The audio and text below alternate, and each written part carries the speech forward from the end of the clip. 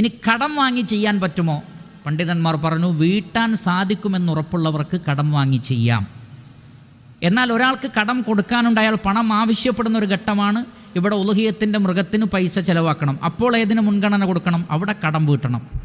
എന്നാൽ സമയമുള്ളതാണെങ്കിൽ ഒരാളെ കയ്യിൽ പണവുമില്ല, അയാൾക്ക് കടം വാങ്ങി ഉളുഹിയത്ത് ചെയ്യാവുന്നതാകുന്നു.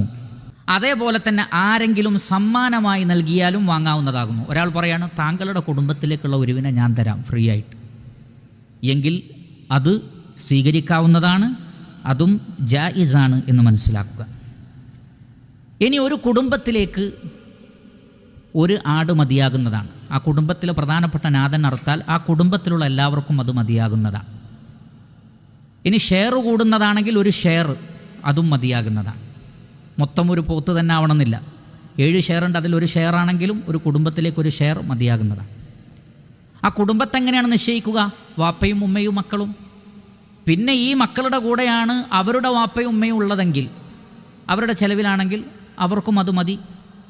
എൻ്റെ വീട്ടിൽ വല്ല സഹോദരിയോ സഹോദരനോ ഉണ്ട്, അവരും മൊത്തത്തിൽ ആ വീട്ടിൽ തന്നെ ഇങ്ങനെ കഴിഞ്ഞു വരുന്നവരാണെങ്കിൽ അവർക്കൊക്കെ ഇത് മതിയാകുന്നതാണ്.